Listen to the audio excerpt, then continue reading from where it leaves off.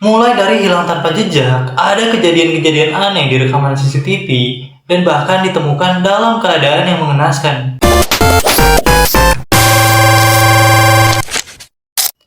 Halo, selamat datang di Storytime with Ardian. Jadi kali ini gue mau ngebahas kasusnya Elisa Lam, yang dimana dia tuh meninggal dalam keadaan yang emang mengenaskan banget. Dan ada salah satu video viral rekaman CCTV tentang si Elisa Lam ini, dan itu tuh sempat jadi banyak perdebatan karena kejadiannya cukup mengerikan, men. Sebelum gue lanjut ke pembahasannya, jangan lupa like, komen, sama subscribe buat berlangganan.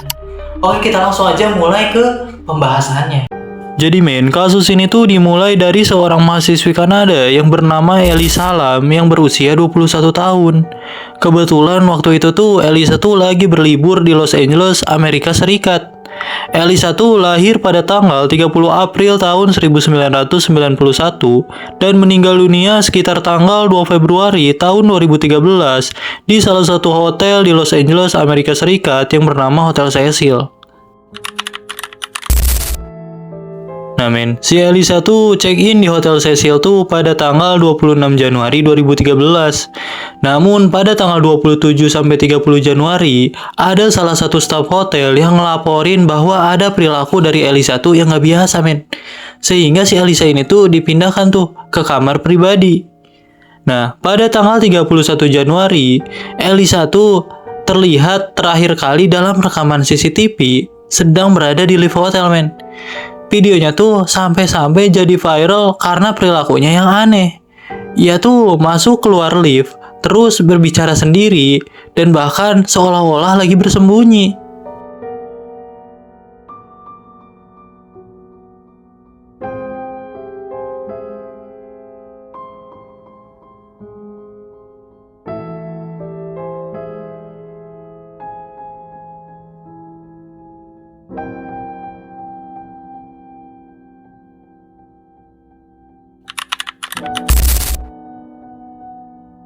Yang akhirnya pada tanggal 1 Februari 2013, orang tua si Elisa tuh ngelaporin tuh bahwa si Elisa tuh hilang dan gak bisa dihubungin kayak biasa, men. Sampai pada tanggal 6 sampai 10 Februari, polisi LAPD itu tuh langsung melakukan pencarian di seluruh hotel, termasuk area atap dengan akses yang emang terbatas.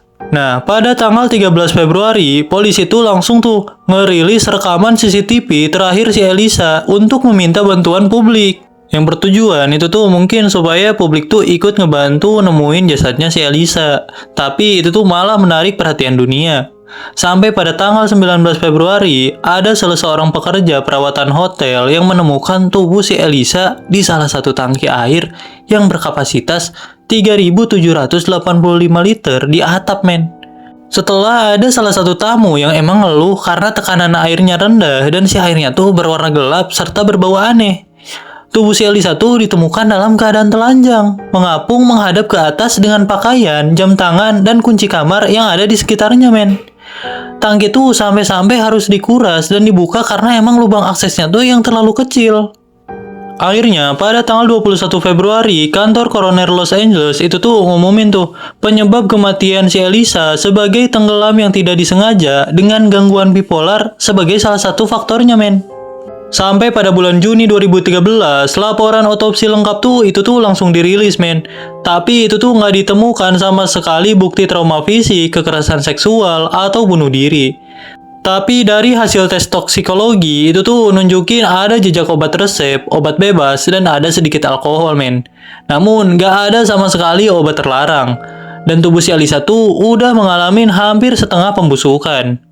Tapi men, dari kasus si Elisa ini masih banyak banget hal-hal yang emang belum terpecahkan. Mulai dari penyebab kematian, bahkan pertanyaan-pertanyaan yang emang belum terjawab sampai sekarang. Mulai dari pertanyaan bagaimana si Elisa bisa masuk ke tangki air, sedangkan pintu akses atap terkunci dan itu tuh sampai punya alarm. Namun, ada sedikit kemungkinan dia bisa masuk melalui tangga darurat, men. Dan ada juga pertanyaan mengapa si Elisa ini bisa telanjang dan pakaiannya bisa terpisah. Dan apa mungkin gangguan bipolar yang dideritanya itu membuat dia berperilaku tidak wajar sampai-sampai dia tuh masuk ke tangki sendiri. Dan dari kejadian ini ada beberapa dampak setelahnya. Banyak tamu hotel yang menggugat Hotel Cecil karena masalah air yang terkontaminasi.